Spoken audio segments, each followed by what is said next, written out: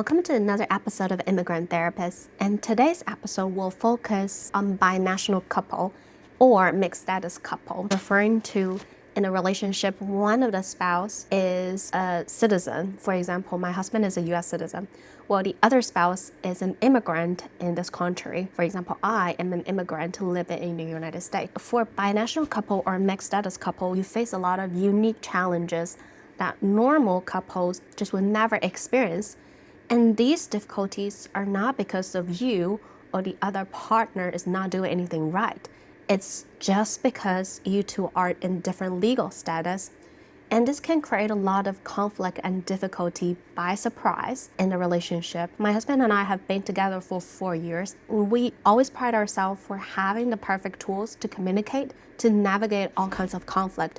But still, looking back and looking forward, what do we see is we have to accept the fact that in our marriage, it's not just me and him. There's also another big factor in play that can shape the way we interact with each other, can shape our future life together. This third-party player we call immigration status can really impact your relationship in deep and a lot of time destructive ways. We have learned a lot from it, and today's video is a reflection of my personal experience and of course integrate with my knowledge in couple therapy. I'm going to give you 6 tips, 3 of them directed towards the immigrant spouse, 3 of them to the citizen spouse, about small things that you can pay attention to, the language you use, what questions you ask, so it will be easier for you to deal with the third party better, make you a stronger team, and you will experience more emotional safety through your relationship. Before I start to talk about any of these tips, I would like to point out that conflict is an inevitable part in any relationship. In fact, if you two are in a relationship and you never have any conflict, then that is a big red flag because conflict always exists. However, not all conflict are destructive. We have a term in couple therapy called constructive conflict, meaning that a lot of the time when we have differences, we have conflict, we can turn the conversation into something that improves our relationship, help us to know each other better. These are the constructive conflict. And conflict doesn't mean argument. It doesn't mean you have to fight each other, you have to yell at each other. It simply means 2 of you are not on the same page about something. Now we have that in mind, we understand that conflict is not always bad. Let's learn how to turn a conflict into constructive conflict. So here are some of the tools. The first tip goes to the immigrant spouse.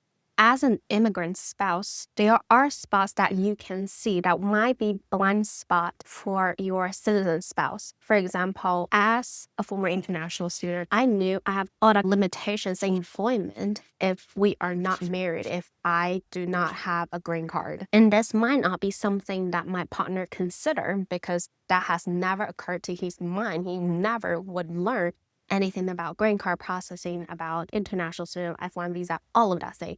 If he never met me, if we never got married. There are a lot of things I have to talk to him about. For example, I didn't wait and see when he's going to propose to me. I went ahead and told him we need to have a timeline about getting married because I might lose my job if I don't get a green card in time. I'm the one who had to tell my boyfriend at that time that I think we need to get married by this time, which is not usual for a female to tell a man about, I need you to marry me at that time. This is being very untraditional. It's a very proactive way. And it's something you have to consider because I am not a US citizen. We cannot just wait and see what's going to happen to wait for things to naturally unfold. You have to be proactive and communicate. And I want to recognize that this is a very, very vulnerable moment. Admit to your spouse that you feel very vulnerable asking that. And you can tell them, I don't feel good asking you to marry me. I want this to be natural. And I don't feel good to push you into doing something you don't want. So communicate with me. Tell me what you are thinking. And there can naturally be a feeling of, I owe my husband something because on an immigration application, he is the petitioner. I am tagging along. I will not be able to stay here legally. I will not be able to have the job I want if he does not apply for me to be a green card holder. Even when you're filling out all these applications for green card, this thing got reinforced. because it will say things like beneficiary, right? So you are the one who benefit from it, which just doesn't sound right and natural in a relationship that two of us should be equal. There can be more implications in a heterosexual relationship when the female is the US citizen and the man is the immigrant, because in the society in general, men needs to be the pillar of the home. You need to be the breadwinner. You need to hold everything together. So it feels weird for men to rely on the female to even get this legal status, to be able to work here, to live here, to be able to have a life together with their spouse. And this can threaten the sense of confidence and self-esteem in men. You are going to have all of these feelings, and these feelings are valid. I would encourage you, if you do have these feelings, share it with your spouse. I believe for any spouse that is wanting to have a relationship with an immigrant, they are very open-minded and they will appreciate you telling them how you're feeling. And a lot of times, they will have no idea how you feel. This communication of vulnerability of a complicated feeling can actually strengthen your relationship too. So tip number 2 for citizen spouse, how are you going to help your immigrant spouse to feel more comfortable when they are in this legal process? When I was applying for a green card, part of me felt like I don't want to bother my husband to ask him for all these documents because I know he's not wanting to do that. No one wants to deal with all these W-2 forms, pay stub, getting your birth certificate, and all of those things. You're just doing it because your wife or your husband needs it. And the other part of feeling I have is a resentment of I have to face everything alone. I tell my husband that I feel I am completely alone in this. And what it helped me the most is my husband's reassure me that we are a team, we are together, that he will do everything he can to make sure that we are okay. The language he uses really matters a lot. In fact, one of my favorite sentences that he said to me during our wedding vow is he said that I promise I will not just plan my future, but our future. And that just touched me deeply because I know he can be having ADHD. He hates dealing with these miscellaneous stuff. But in his heart, he is willing to take this responsibility of taking care of us. And when he reinforces the idea of us, we are going to face this together, it helped me to feel less guilty, less alone in this. So if you are a citizen spouse, I would encourage to use the sentence that include we. Now we're going to tip number 3 for immigrant spouse. Accept that you are going to do more work. You are going to do more paperwork. You are going to dig into the legal things more. In a relationship, there is you, there is me, there is us. When your citizen spouse is promising you the sense of us, you also need to understand you are responsible for your own status, that you cannot just totally dependent on your spouse to figure out everything. You are the one who is going to be proactive, trying to figure out if this is going to work, if I'm going to be able to have that job, if there's any changes in our life together, is going to cause any difficulties in my life because of the legal status, except that it is going to be a part of your life. I'm someone who's really ambitious. I focus on my work. I am doing jujitsu competitively, so these two take a lot of energy out of me. But I also know that I'm responsible for taking care of my legal status. So there's a little tiny part in the back of my head knows that at some point, this is going to take the priority because I need to make sure my legal status is lawful in order for me to continue all the other activities I want. And you can be very proactive in communicating with your spouse, learning about their plan. If they are planning to travel somewhere, knowing that as a US citizen, for a lot of countries, especially in Europe, you can just pack and go. But for me, because I'm a Chinese citizen, I have to go through the process of applying for a visa. And a lot of time that means I have to travel to a different city, waiting time, paying money to apply for a visa, and waiting for the visa to come back to me. And that timeline and money is not something that American citizens need to consider because that's just out of the question for them. Be proactive about all of these differences that they might overlook. And the tip number 4 goes to the citizen spouse. As a citizen, you don't need to think about a lot of things what your spouse is thinking about. Just like what I said, my husband never thought about.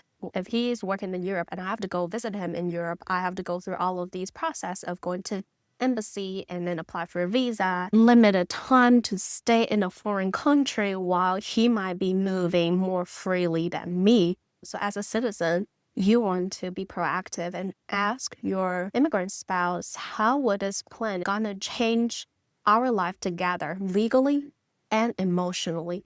Because there is the legal aspect of it, and all the legal aspect also comes with emotional aspect.